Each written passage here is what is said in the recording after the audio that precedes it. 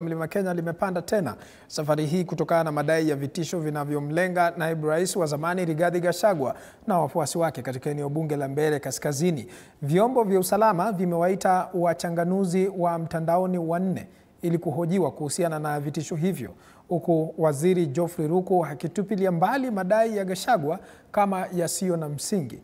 Mwandishi wetu Mike Kagongo anaripoti kuhusu mvutano unaoendelea kukua kabla ya uchaguzi mdogo wa Novemba tarehe 27.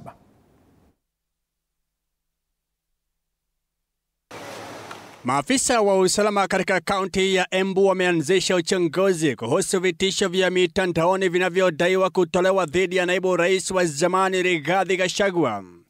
Kamishna wa kaunti Jack Obuo amethibitisha kuwa wanablogu wanne wameitwa kuhojiwa kufuatia kipande cha video kilichosambaa kikionekana kutoa vitisho kwa Gachagua na wakazi wa Mbeere Kaskazini kabla ya ziara yake ya kampeni. Na tunataka tuongee na hawa kwanza, na hiyo process tuko naye siku ya leo. Tuelezane ya kwamba yale matamshi ama yale social media post tunaonyesha hawa madhara ambayo inaweza kutokea. Mmoja wa wanablogu hao, Simon Jagi, anayejulikana pia kama Gikudo wa Gikudo, tayari amehojiwa, huku watatu wengine wakitarajiwa kufika mbele ya maafisa wa usalama baadaye.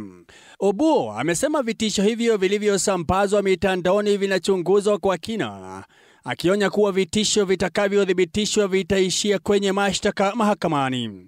Hata hivyo, katika majibu makali, waziri wa huduma za umma Geoffrey Ruku ametupilia mbali madai ya Gachagua, akisema ni njama ya kuchochea hisia za wananchi kabla ya uchaguzi mdogo wa Novemba 27. Amesema ziara ya Gachagua katika eneo la Mbeere Kaskazini imepewa uzito usiofaa na haina uhusiano wowote na haki zake za kujieleza, kufanya kampeni au kusafiri kwa uhuru.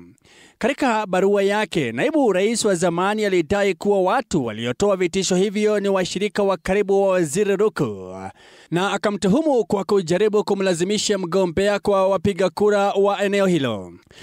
Gachagua pia amemlaumu Inspector Generali Douglas Kanja kwa kupuuza taarifa za kijasusi kuhusu vitisho hivyo, akionya kuwa iwapo hali hii itaendelea hivyo atamshikilia binafsi kuwajibika chini ya katiba ya Kenya mwaka 2010 na sheria za kimataifa mbele ya mahakama ya kimataifa ya uhalifu ICC.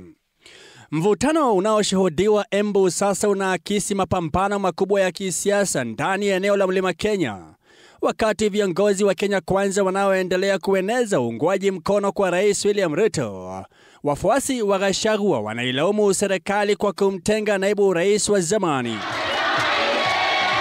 Katika kongamano mjini Kiambu, wabunge John Njuguna Kawajiko na George Kariuki walisisitiza kuwa chama cha UDA kimebaki imara na kimeungana, huku wakiahidi kukamilisha miradi iliyokwama katika eneo hilo. Nikiangalia Karonzo, naangalia Matiang'i upande ule mwingine, naangalia Wamarwa, yenyewe na shida ni nani atapeleka Kenya tukikuwe Singapore ama itoke from that world to the first one. Wanajaribu watatisha Rais William Ruto, sioni wakimtisha, sioni wakimpeleka mahali, zao ni hekaya za bunwazi.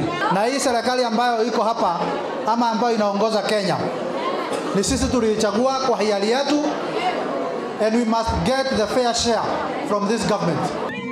Lakini huko Kirinyaga, mbunge Gachoki Gitare amewataka viongozi wa Mlima Kenya kuepuka siasa za mgawanyiko, akisema huu ni wakati wa kutoa huduma kwa wananchi badala ya maigizo ya kisiasa. Na wale wanataka kutuingisha kwa mtego ya siasa, sisi tumekataa kabisa, mpaka tufanyie watu wa Kirinyaga kazi. Na uzuri, wale viongozi wote wanataka uongozi Kenya wako na historia wote. Hakuna hata moja amesimama bila historia. Zikiwa zimesalia chini ya wiki mbili kabla ya uchaguzi mdogo, vyombo vya usalama katika kaunti ya Embu vimeweka tahadhari ya juu, huku joto la kisiasa katika eneo la Mlima Kenya likizidi kupanda. Mike Kagongo, TV 47, Nairobi.